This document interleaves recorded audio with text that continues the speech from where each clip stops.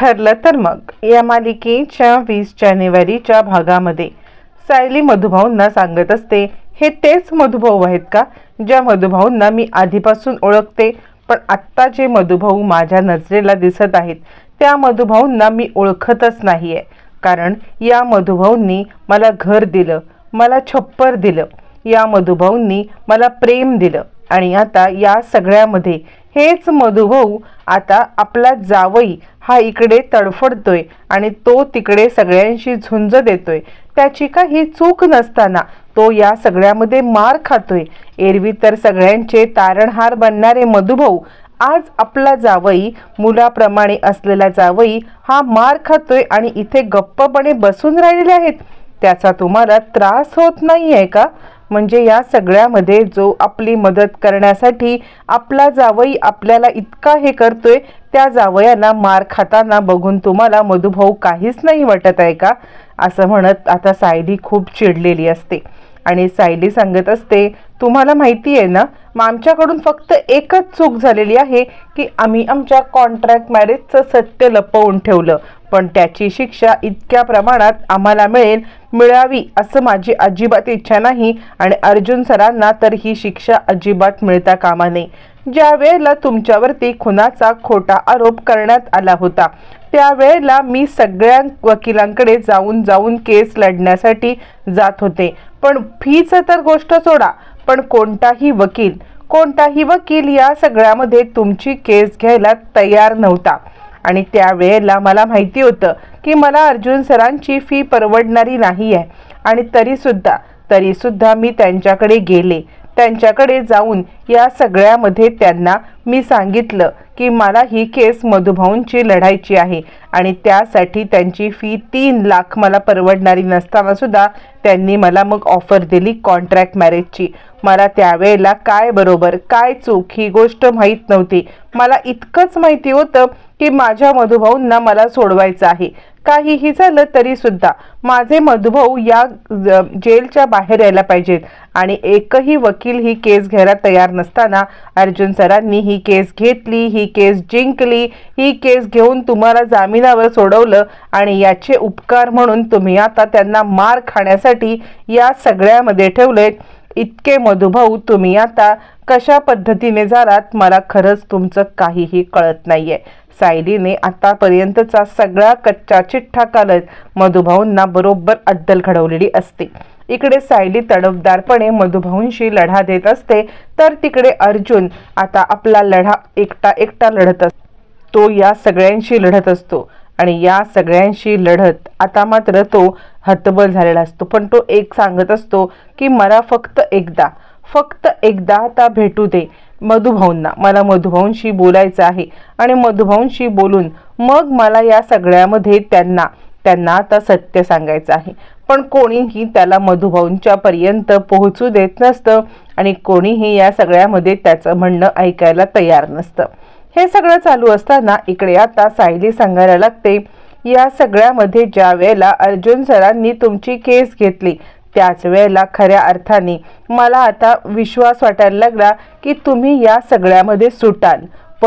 पण हे सगळं घडत असताना आमच्याकडून एक छोटीशी चूक झाली म्हणून तुम्ही आम्हाला या सगळ्यामध्ये इतक्या पद्धतीची चुकी देताय आणि हे सगळं जर का मी केलं नसतं ना तर या सगळ्यामध्ये आपलं आश्रम सुद्धा गेलं असतं.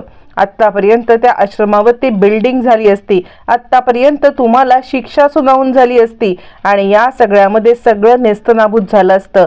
हे सगळं माहीत होतं म्हणून मी या सगळ्यामध्ये या काळोखा अंधार दिसत होता त्याच्यात उडी मारली. मला माहिती होतं कॉन्ट्रॅक्ट मॅरेज केल्यानंतर माझं भवितव्य काय असणार आहे ते, पण तरीसुद्धा या सगळ्यामध्ये मी उडी घेतली आणि आता तुमचा जीव वाचवण्यासाठी, आश्रम वाचवण्यासाठी, हे सगळं करण्यासाठी मी हे केलं.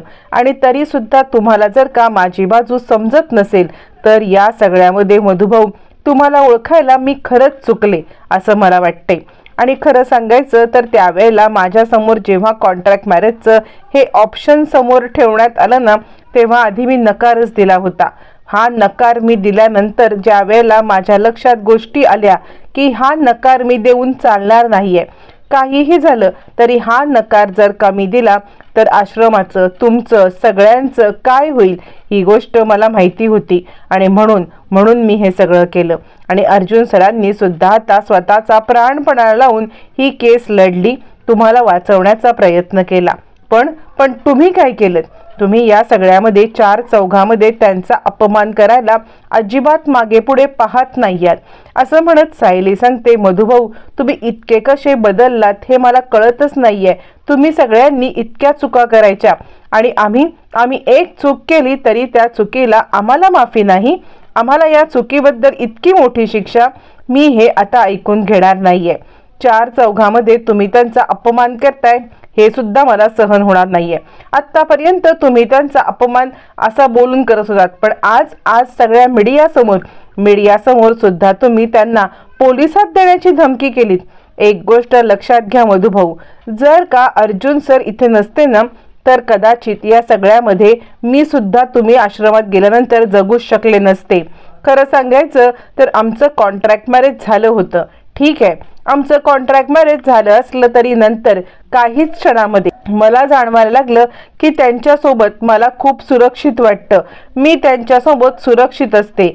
मी या सगळ्यामध्ये त्यांना जवळ असले की मला कोणत्याही गोष्टीची चिंता राहत नाही आणि म्हणून या सगळ्यामध्ये मी त्यांच्या जवळ ओढली गेले. मी त्यांच्या प्रेमात पडले.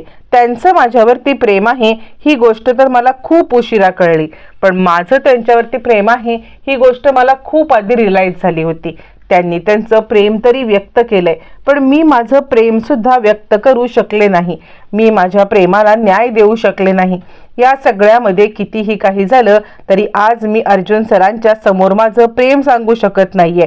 हे सगळं करताना माझ्या मनाला किती यातना होत आहेत किंवा मला किती त्रास होतोय हे फक्त आणि फक्त मला समजतंय. माझ्या यातना तुम्हाला कळणारच नाहीत, कारण तुम्ही मधुभाऊ दगड झालेला आहात. असं म्हणत आता इकडे या सगळ्यामध्ये सायली खूप काही बोलत असते आणि सायली सांगते, आतापर्यंत मी तुम्हाला काही गोष्टी बोलले नाही, पण आज मी तुम्हाला सांगते, एक लक्ष्मण रेषा तुम्ही मला आखून दिली होती. ही लक्ष्मण रेषा मी आतापर्यंत पाळत होते. अर्जुन सरांना भेटायचं नाही, अर्जुन सरांना कोणत्याही बाबतीत आता काही बोलायचं नाहीये किंवा त्यांच्याशी कोणत्याही प्रकारचा संबंध ठेवायचा नाही. ही गोष्ट तुम्ही मला सांगितलीत, मी ठेवली.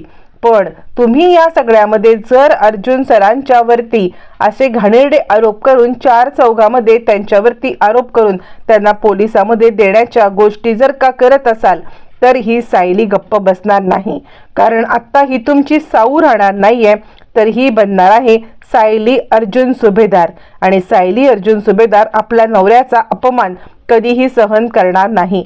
त्यामुळे आज तुम्हाला सांगून ठेवते, जर का तुम्ही आता हे त्यांना पोलिसात देण्याच्या गोष्टी केल्या तर तुम्ही आखून दिलेली लक्ष्मण रेषा ही पूर्णपणे मी विसरून जाईन आणि फक्त सायली अर्जुन सुभेदार म्हणून माझ्या नवऱ्याच्या पाठीशी उभे राहीन.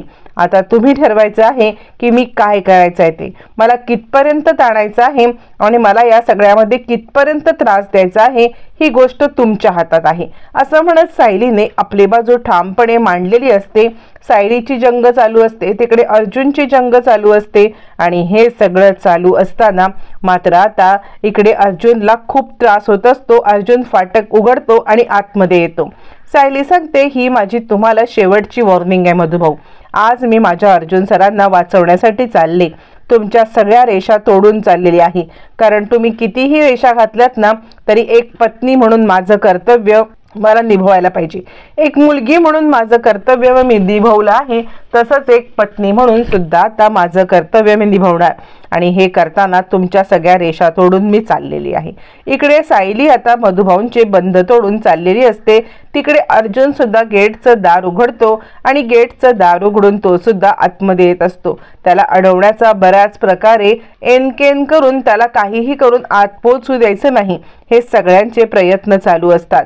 पण इकडे सायलीचा विश्वास आणि तिकडे अर्जुनचं प्रेम हे दोन्हीही जिंकलेलं असतं आणि फायनली अर्जुन धावत आतमध्ये येतो. त्यानंतर आता ती लोक अर्जुनच्या मागावरती येतात आणि मागे फिर. अर्जुन म्हणतो, हे बघा, तुम्ही माझ्यावरती अशा प्रकारे बंधन घालू शकत नाही. जोपर्यंत मी मधुभाऊंशी बोलत नाही, त्यांना माझी बाजू क्लिअर करत नाही, तोपर्यंत मी या सगळ्यामध्ये गप्प बसणार नाही.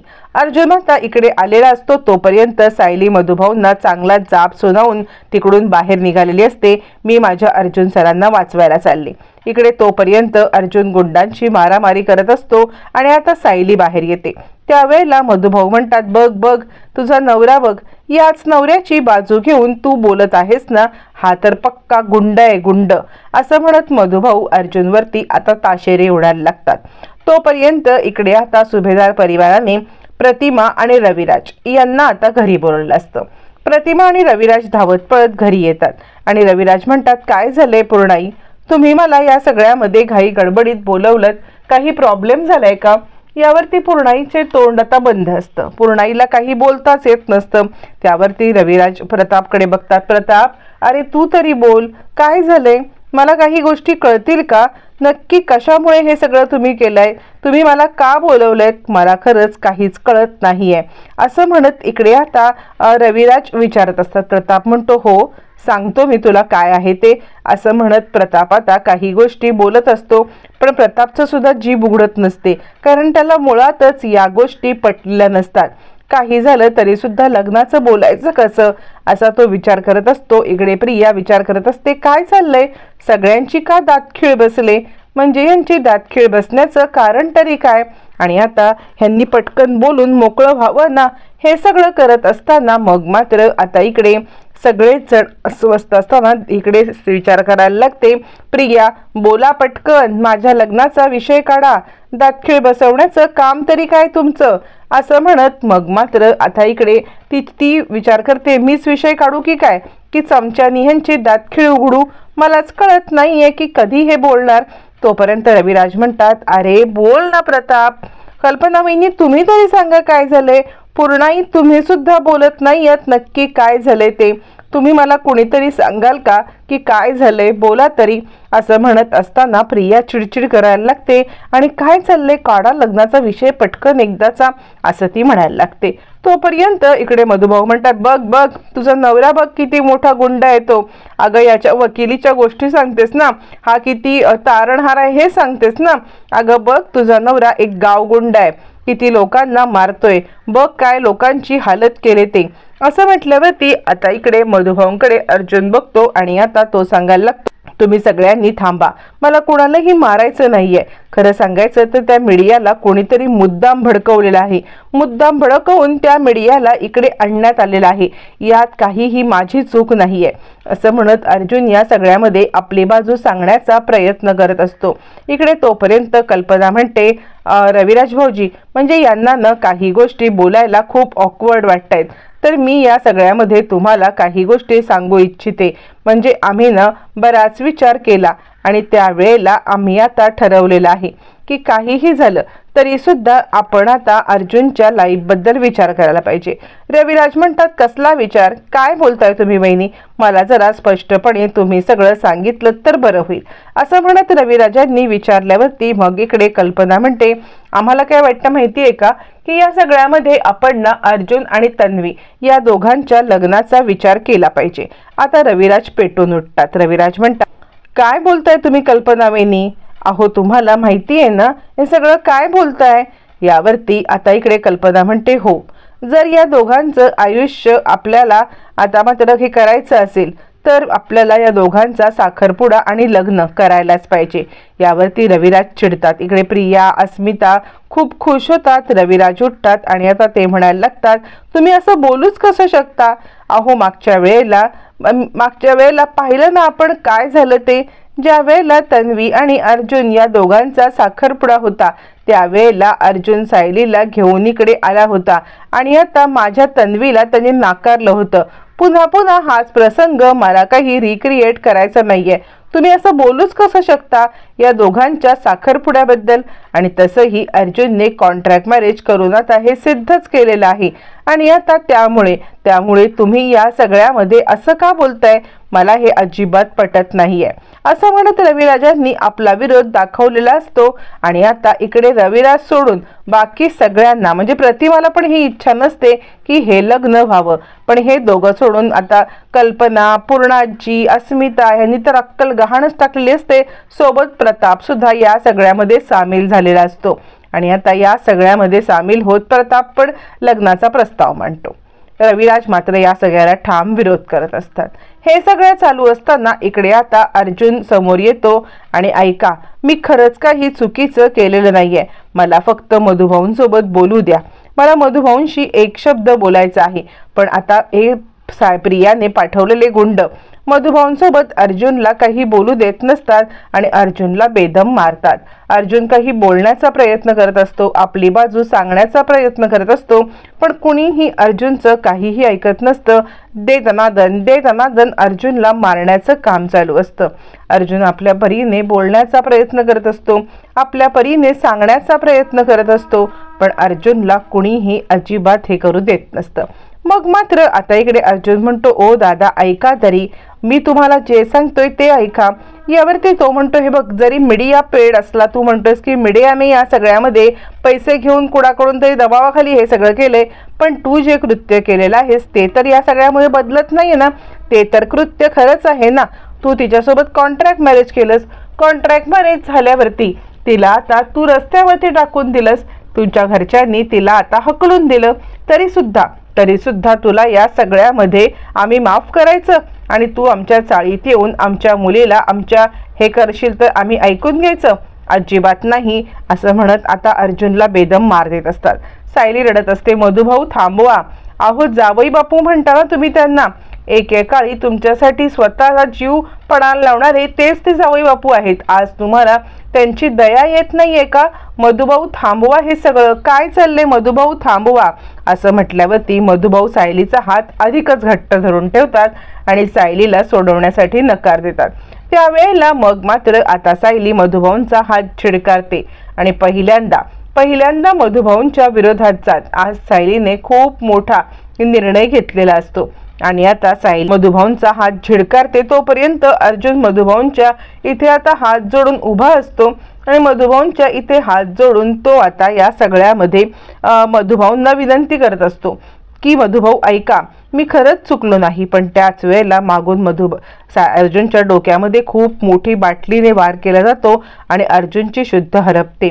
अर्जुन पूर्णपणे खाली कोसळतो, डोक्यातून भळाभळा रक्त व्हायला लागतं आणि आता अर्जुनची ही अवस्था बघून सायली चिडते। चिडलेली सायली त्या माणसाला बेदम मार देते। आपल्या नवऱ्याची ही अवस्था केलेल्या आता मात्र या सगळ्यामध्ये चिडलेल्या सायलीने खूप रागवलेली असते आणि त्याला थडाथड मारायला लागते। तुला कोणी हे सगळं दिलं, तुला कोणी हे सगळं हे दिलेलं आहे, तुला कोणी हे सगळं सांगितलं करायला, माझ्या नवऱ्याचा जीव घेतलास तू, माझ्या नवऱ्याच्या जीवावरती उठलास तू असं म्हणत सायली त्याला बेदम मार देते। नवऱ्यासाठी पेटून उठलेली सायली या सगळ्यामध्ये आता मात्र खूप चिडलेली आणि त्याला दे दनादन मारायला लागते। हे सगळं चालू असताना मग आता अर्जुन बेशुद्ध असतो। सायलीला अर्जुनची खूप काळजी वाटते। इकडे मधुभाऊंना पण या सगळ्यामध्ये टेन्शन आलेलं असतं, कारण मधुभाऊंची त्याला मारण्याची अजिबात काही इच्छा नसते, पण मधुभाऊंच्या हातून ती चुकी तर घडलेलीच असते। आता इकडे मधुभाऊंना या सगळ्यामध्ये खूपच आता अस्वस्थ होतात। कुसुम आणि मधुभाऊ एका बाजूला उभं राहून हे सगळं बघत असतात। तोपर्यंत सायली मात्र अर्जुन सर उठा ना, अर्जुन सर उठा असं म्हणत अर्जुनला उठवण्यासाठी त्याला आता हे करत असते, पण त्याच वेळेला अर्जुन काही उठत नाही, त्याची अवस्था खूप बिकट असते। तोपर्यंत इकडे आता सायली या सगळ्यामध्ये अर्जुनच्या जवळ येते। अर्जुन सर, माझं सुद्धा तुमच्यावरती तितकंच प्रेम आहे जितकं तुमचं माझ्यावरती प्रेम आहे असं सायलीने आपल्या प्रेमाची कबुली दिलेली असते। सायलीने प्रेमाची कबुली दिल्यावरती मग मात्र अर्जुनला या सगळ्यामध्ये थोडीफार शुद्ध येते आणि तो हसत उठतो। अखेर सायलीने आपल्या प्रेमाच्या ताकदीवरती अर्जुनला या सगळ्यामध्ये उठवलेलं असतं आणि अर्जुन आता या सगळ्यामध्ये उठून बसतो। सायली आपल्या प्रेमाच्या ताकदीने जिंकून घेते। फायनली अर्जुन सायली यांचा आता लव्ह स्टोरी स्टोरी जोमात सुरू झालेली असते. मधुभाऊंच्या विरोधाला न जुमानता आता मधुभाऊंची मुलगी म्हणून नाही तर अर्जुनची बायको आता सायली अर्जुन सुभेदार म्हणून ती उभी राहिलेली आहे. आणि हाच विरोधाने ती आता प्रियाचं आणि अर्जुनचं होऊ घातलेलं साखरपुडा, होऊ घातलेलं लग्न हे तडफदारपणे मोडणार आहे. आणि मालिकेमध्ये आता मुळूमुळू रडणारी सायली नाही तर एक तडफदार व्यक्तिमत्व आपल्याला पाहायला मिळणार आहे. सायलीला तडफदार अवस्थेमध्ये पाहायला तुम्हाला सगळ्यांना आवडणार का? कमेंट करून नक्की कळवा.